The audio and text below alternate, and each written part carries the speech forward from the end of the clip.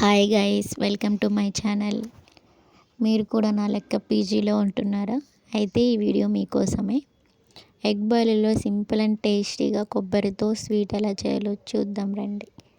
First egg బాయిలర్లో milk add చేసుకోవాలి. Milk add చేశాక అది మంచిగా బాయిల్డ్ అయ్యే వరకు ఉండాలి. అది మంచిగా బాయిల్డ్ అయ్యాక నెక్స్ట్ టేస్ట్కి తగ్గట్టు షుగర్ యాడ్ చేసుకోవాలి.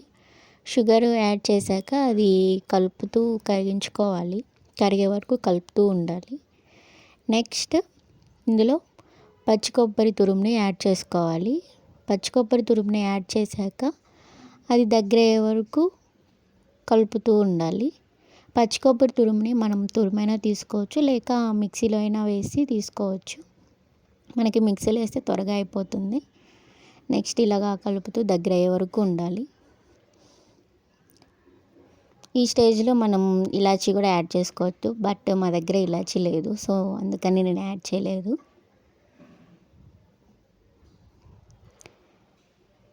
ఇలా దగ్గర అయ్యే వరకు ఉండి మొత్తం ఆ పాలన్నీ ఇంకిపోయి ఓన్లీ కొబ్బరి ఉంటుంది, అప్పటి వరకు ఉండాలి.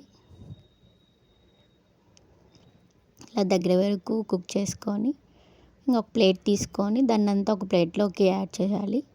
ప్లేట్లోకి తీసుకున్న తర్వాత అది ఈవెన్గా స్ప్రెడ్ చేసుకొని అది మంచిగా చల్లారే వరకు పక్కన పెట్టాలి. ఇలాగ ప్రెస్ చేస్తూ ఈవెన్గా స్ప్రెడ్ చేసుకోవాలి.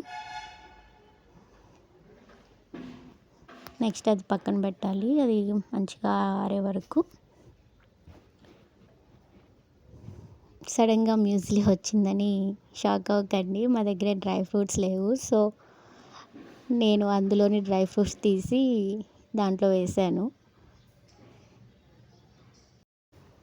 ఇలా ఒక్కొక్కటి వేరి దాంట్లో యాడ్ చేశాను.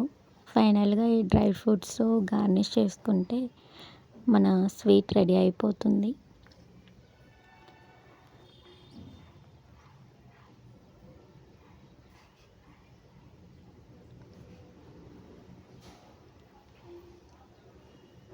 ఇలా గార్నిష్ చేసుకోవాలి. ఫైనల్గా గార్నిష్ చేసుకుంటే స్వీట్ రెడీ అయిపోతే అది కొంచెం మంచిగా పర్ఫెక్ట్గా ఆరే వరకు పక్కన పెట్టాలి. అది ఆరాక మనకి నచ్చిన షేప్లో కట్ చేసుకోవాలి. ఇలా కట్ చేసుకొని సర్వ్ చేసుకుంటే మన స్వీట్ రెడీ అయిపోతుంది. ఇలాంటి రెసిపీస్ ఇంకా కావాలి అంటే నా ఛానల్ని ఫాలో అయ్యి లైక్, షేర్, కామెంట్ చేయండి. ఇంకా ఇలాంటి రెసిపీస్ ఇంకా కావాలి అంటే కామెంట్ బాక్స్లో పిన్ చేయండి. నేను చేయడానికి ట్రై చేస్తాను. Thank you.